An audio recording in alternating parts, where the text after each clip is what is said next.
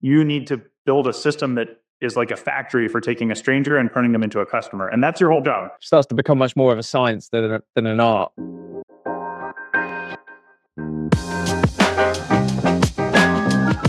Welcome back to another episode of the Chief Revenue Officer series, and delighted to be joined today by another fantastic guest who's in the hot seat. And we're continuing our theme with the current series on how do you build resilient and productive teams in 2025? You know, we're hearing lots of challenges from leaders across the community, a lot of emphasis around productivity. How do you get more out of the existing team that you've got? And delighted to be joined today by a guest who is Andrew Booz. And Andrew is the founder and managing partner at Darwinian Ventures, where he has over a decade of experience in B2B sales, but has also contributed to the commercial launch of over 100 businesses. And Andrew is currently also the Chief Revenue Officer at Spectrio. It's an amazing experience to bring into today's discussion. Andrew, thanks so much for coming on the show. Yeah, thanks for having me. I'm excited to be here. Awesome. Andrew, before we jump into today's topic, and we got some really important themes to unpack, you know, as a guest on the show, our listeners are always curious. For those that haven't connected with you already, help us understand a little bit more about your journey. You know, how did you get into revenue leadership, and how did you end up as in a CRO role? So the path that I took was a little unique. I always wanted to be an entrepreneur and a founder and a business owner. Even when I was a kid, I thought, I worked in restaurants. I was a busboy, I was a bartender, server, all that, and really loved working with people, loved being social, and loved being sort of exposed to different personality types and stuff like that. It wasn't until I started coming out to the West Coast and coming to Silicon Valley that I realized that tech was something that I really wanted to do and be a part of. And there's a whole world here of folks building businesses and being owners and sort of going in the direction that I thought was what I always wanted. So that was kind of how I started. I started as the founder of a tech company where I was the first non-engineer. And that was kind of a theme throughout my career. Like I was kind of the first non-engineer in a tech startup environment. When you're a non-engineer in a tech company, you don't really have many other ways to add value. You got to go sell. If you're not selling product, you're selling equity, basically. You're fundraising, or you're selling the dream to try to hire people, selling the vision to partners, whatever it is. So that kind of, right from my early 20s, that's kind of all I've been doing. I was really privileged to work with some phenomenal revenue leaders down here early on. And that was really what got me on the path of sort of revenue leadership advisory and sort of setting up sales teams in a sort of proper structured way and just having a sort of systematic approach to how that works. And so that was really how it got started. But yeah, a couple of really great mentors early on, a couple of really great companies early on kind of were very formative. And now I'm lucky to be doing that full time. Yeah, that's awesome, Andrew. I mean, you spoke there about mentors as well, and we hear that so often on the show and in these interviews. The importance of mentors. Any tips for emerging leaders who are looking to secure some strong mentors in their careers? Yeah, I always kind of had a lucky, maybe a knack for that, and I'm trying to think of what I can distill and sort of what I can sort of pass on as what worked. I mean, the way I saw it, I would run into these really impressive folks that had very busy calendars, and it was tough to get time with them, whatever. I always just found that if you're high energy, polite, trying to be useful, and you follow up consistently, most of them are looking for ways to have a protege and sort of pass things along. But you kind of have to actually see that as the currency. Usually the currency that you're giving back to them, it's not money. It's, the satisfaction of getting a young budding professional off to the races. So you kind of have to get good at giving that currency back.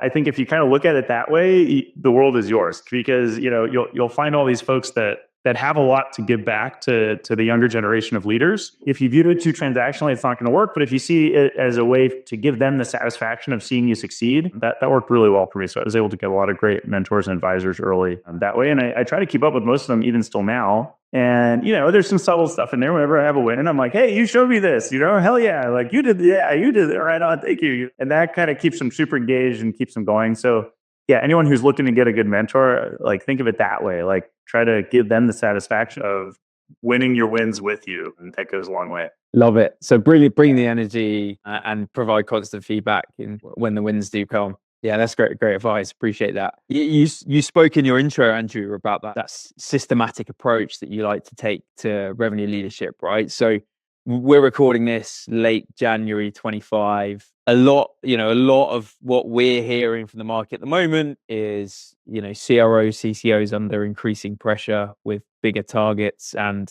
quite oftentimes fewer resources to hit a bigger number with. Help us understand, you were mentioning something to me, really, really interesting point you made before we jumped online here today around that systems thinking, and help me understand how you see that playing out with the modern role of a CRO. Yeah, well, I think in general, just my observation with all the revenue leaders I've served, and now sort of being a revenue leader myself and sort of interacting with them as peers, so often, it's a sales role. So often the folks that rise up in the ranks to be revenue leaders are just phenomenally good salespeople. So they're great relationship people, they're good deal sort of closers and so on. The bigger the organization gets that you're leading, the less relevant that actually is. And the more relevant it is that you're building a system and sort of you have a systems approach to building a sales team. And what I mean by that is you're thinking about how to get folks to quote, not just in terms of how many friends can you call or Rolodex folks can you bring in,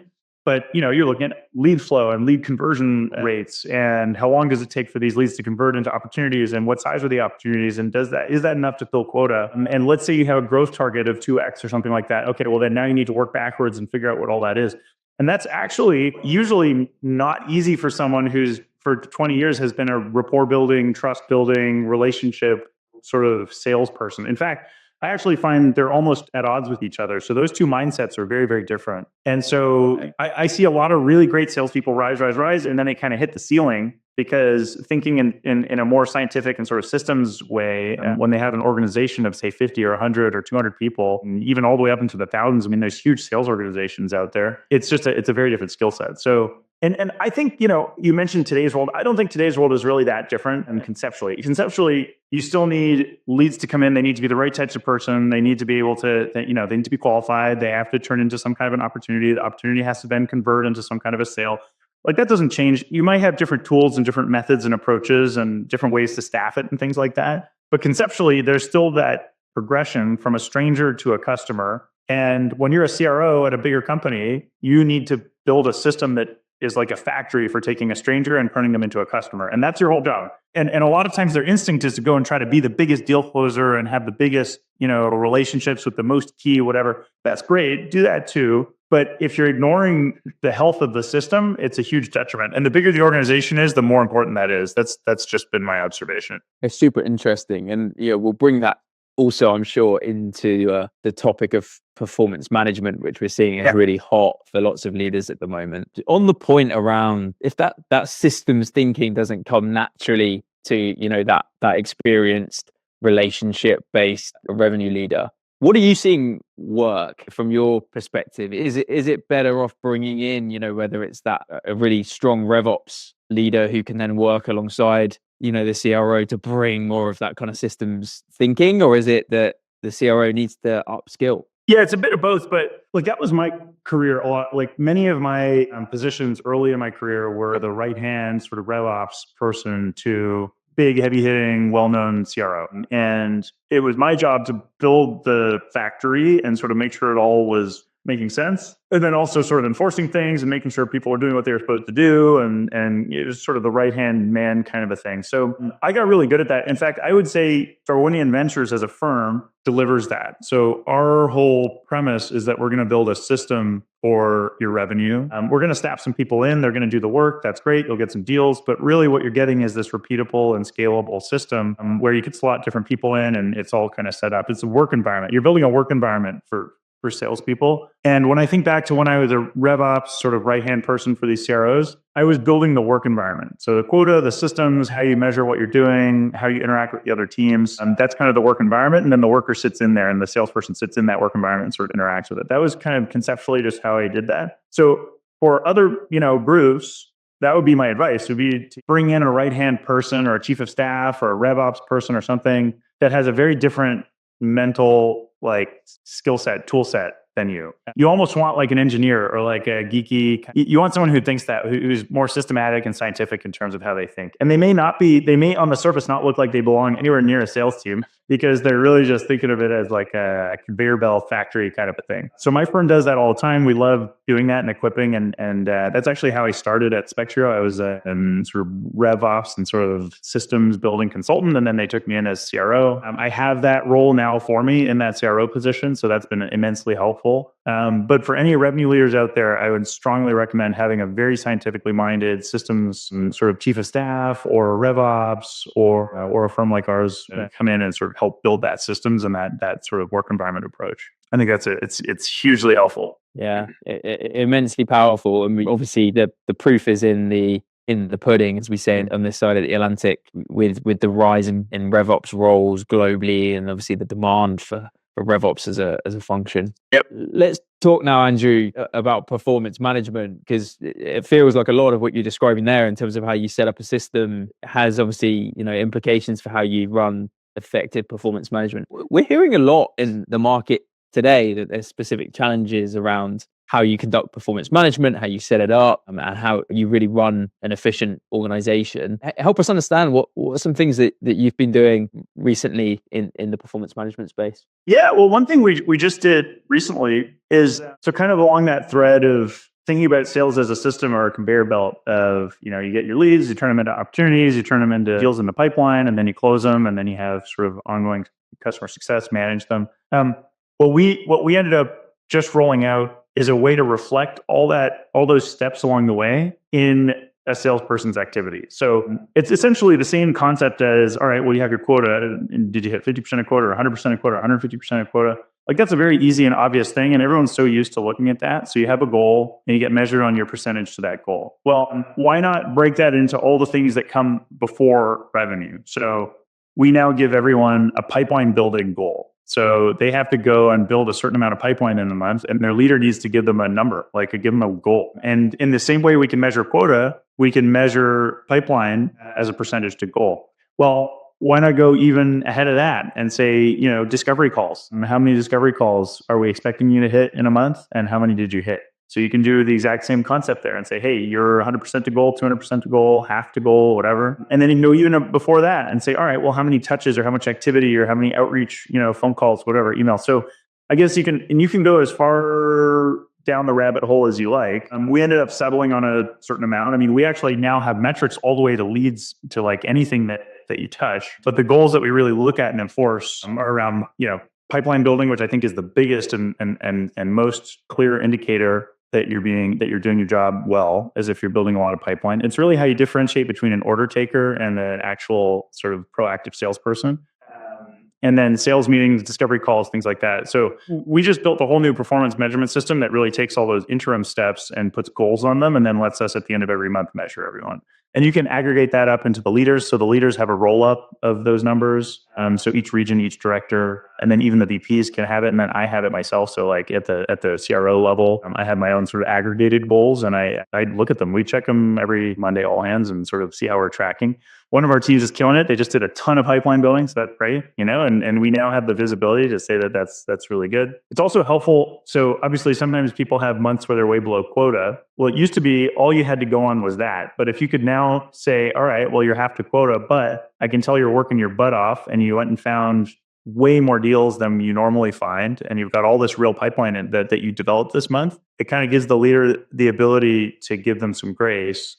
Or on the flip side, if they're not hitting quota and there's no pipeline building and no discovery calls and no leads development or anything like that, okay, well then there's a real problem. It's a way bigger flag at that point. It sounds like a really great system that you've implemented, and it sounds to me like the importance of it, Andrew, has been a focus more on those leading indicators rather than lagging, right? And just the focus on the output. Curious as well, are you starting to see some benefits in terms of things like the coaching approach? Are you starting to see that it's actually structuring how your leaders in your organization are coaching their teams? Yeah, big time. Well, it shows you where to coach. It shows you where the deficits are. It's really powerful in that regard. So if you're having a ton of discovery calls, but you're not putting a lot of pipeline in place, then maybe you need some coaching on qualification or whether they're the right fit or not, or all these other things. You can kind of see where the breakdown is. But yeah, I am a huge believer in coaching, but I think that for coaching to work, you have to know what to coach. There's hundreds of things you could coach, but it's important to know what you need to coach for each person. Absolutely. Yeah, absolutely. And with such limited time in the day for a leader, it feels even more so. We talk a lot about adoption as well with teams. What's been your learning around how to get the teams adopting that way of working, Andrew? Because you've set up the system, you've created the data reporting. Walk us through, if you will, that your experience of getting the team on board with that way of working. I haven't really struggled with that too much. There's for the most part, maybe I'm privileged to be in the leadership role. I guess if I weren't in the leadership role, maybe it'd be tough.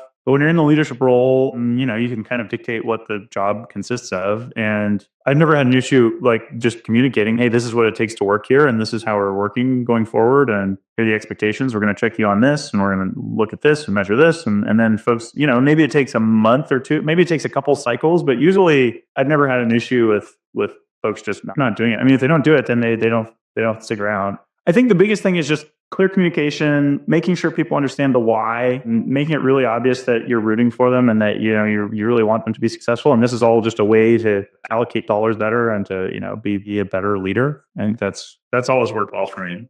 There's some great tips in there. How are you finding? You spoke earlier about it's the leader that quite often sets the milestone or the benchmark against each of those metrics. How much of this is about you as a leadership team setting the expectation top down versus actually working with your individual leaders to set milestones within each of their teams? Yeah, I don't want to set the goals. I want the leaders, the first line leaders, to set the goals. I want them to own it, because they're the ones that are going to have the uncomfortable conversations and hold folks accountable. And if they just think, well, it was handed down to me, I don't really care about this, whatever, that's a big issue. And even if it's subtle, it'll come out. It will just come out in the way that they handle it. But if it's a number that they came up with, and I'll sit and do it with them, but I need them to do it and them to deliver it and them to hold folks to it. I want it to come from the managers themselves. There's a couple things that I had to I guess there's some things where you have to bring it down from the top, but I try to do that minimally. And if I do it, I have to try to explain why and get them to kind of own it as well. But for all the goal setting in terms of pipeline building and things like that, I wanted them to come up with it. The other thing is, a lot of times the leaders know each person's book of business or their territory better than I do.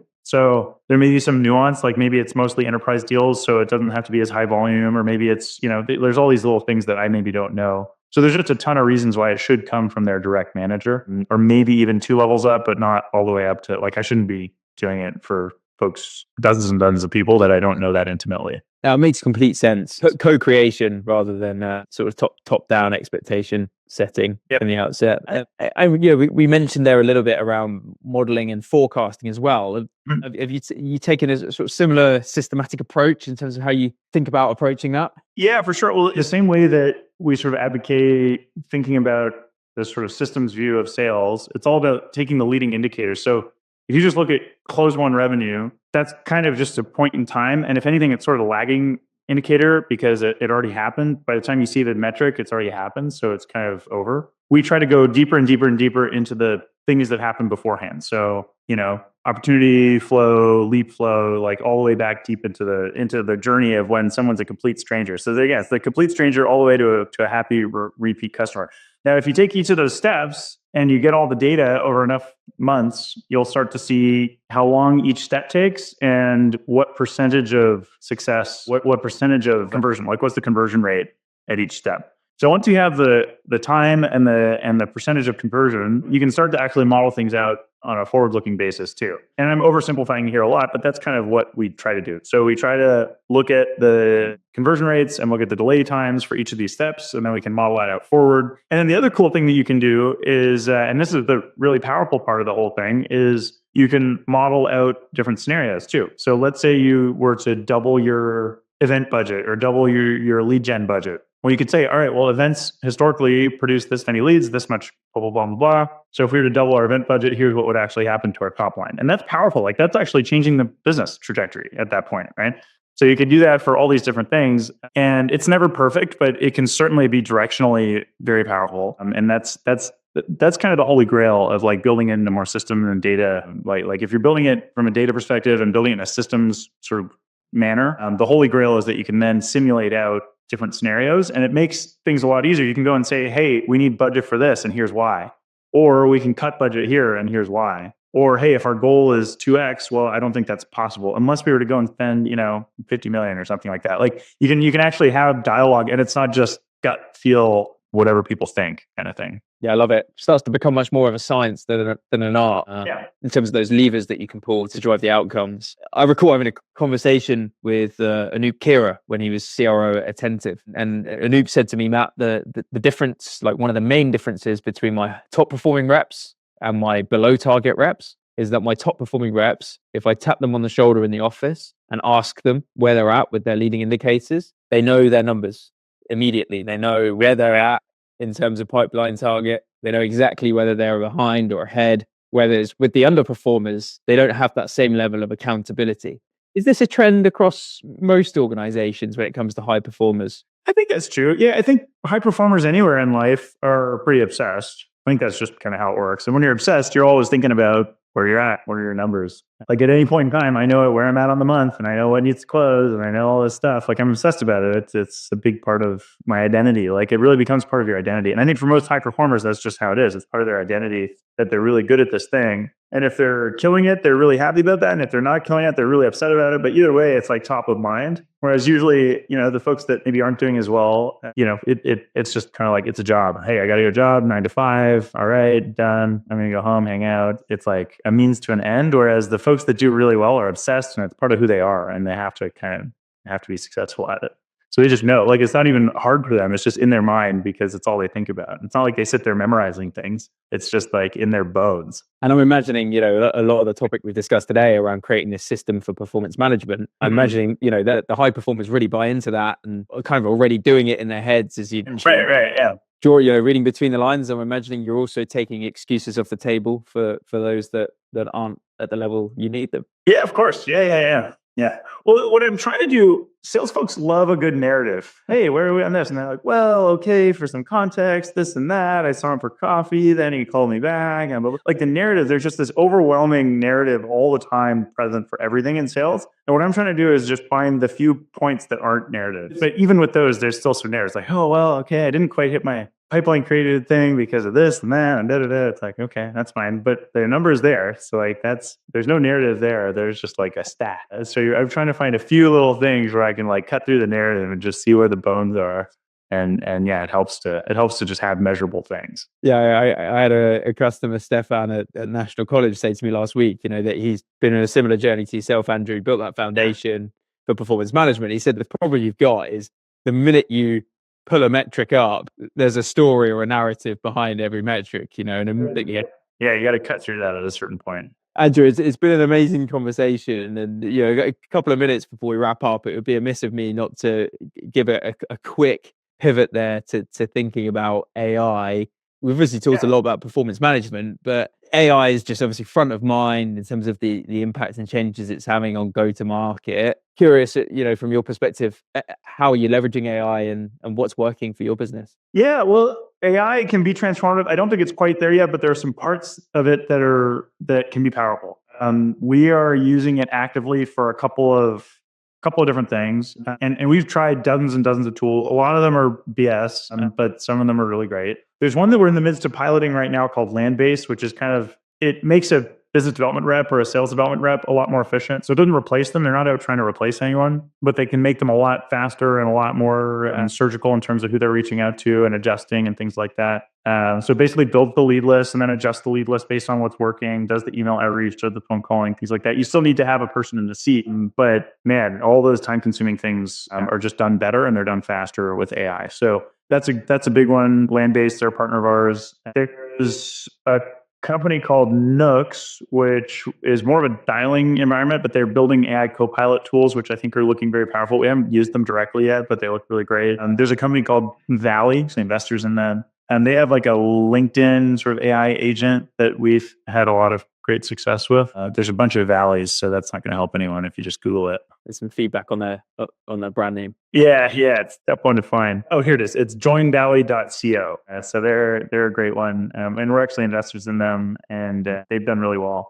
But again, it's a really point solution. So this isn't going to go and replace your workforce. None of them really are, but they will make them a lot more efficient. So maybe you can do more with less, kind of a thing. And then I'm seeing all sorts of other ones. I haven't really gone too deep into them, but there's all sorts of new predictive AI tools, even around forecasting and things like that. There's some powerful stuff there. I haven't gone. I don't know enough to comment there, but I'm excited to see what comes. Yeah, no, really interesting hearing your experiences, and it definitely feels like, kind of midway through this series, that the theme in 2025 is a lot more around augmenting your reps rather than the 2024 hype, which was all replacement. Yeah, I don't think that's going to happen for a while. And even if it starts to at the lower dollar amount items, if anything, I actually think the trust factor for larger decisions, it's eventually it'll be so commoditized, like any written stuff, you'll be able to use AI for anything written, and most web content, like you can whip up landing pages and stuff like that. And what that actually means is that the power of a human connection will go up, I think, because everything else will just be so ubiquitous and we'll be swimming in so much content and AI generated stuff, and that to have like a real human sort of trust connection is going to be more valuable. That's going to be true for the higher dollar amount items for a long time. Maybe some of the lower dollar amount items you'll start to see get more and more fully done with AI. I don't know. But, if you have to go to your boss and make a pitch for budget for something, and, go to get your CFO approval and all that and stuff like, and all it is some AI agent that's your salesperson, it's going to be tough for a while. Anyways, there may be some point where that changes, but that'll be tough. It'll be interesting to think about what that means for team structure with so many organizations hiring junior reps into those SMB or primarily SDR roles and progressing them. What does that mean for the future of that model? Yeah, it's a good question. I do think, and this was true for the last 10 years, the last 20 and 30 years. I think we'll be able to do more with fewer people, but I don't think it means that the team goes away. It just means that you'll do more with fewer people. That's really all it is. Like, used to have a biz dev team that would make a couple dozen phone calls a day, and then they made 100, and now they make 200 or something like that, because you have equipment that just makes it easier. I think that trend will continue, but I don't think it's like, in 2028, there's going to be no more salespeople. Like, I don't think that's true at all. They're just going to be equipped differently, and they're going to act differently. Andrew, it's been an amazing discussion. Really appreciate you coming on the show today, and really enjoyed the chat. For those listening to this or reading the thought leadership piece that we're putting out together in Q1, and they're curious about how you've established your system for performance management, but would like to continue the conversation with yourself or even learn more about how Darwinian could help, assuming LinkedIn's a good place for them to start. Yeah, LinkedIn's great. Shoot me a LinkedIn note. Shoot me an email, ab@darwinian.com. I'd love to hear from you. Awesome. Andrew, pleasure as always. Look forward to continuing the conversation soon.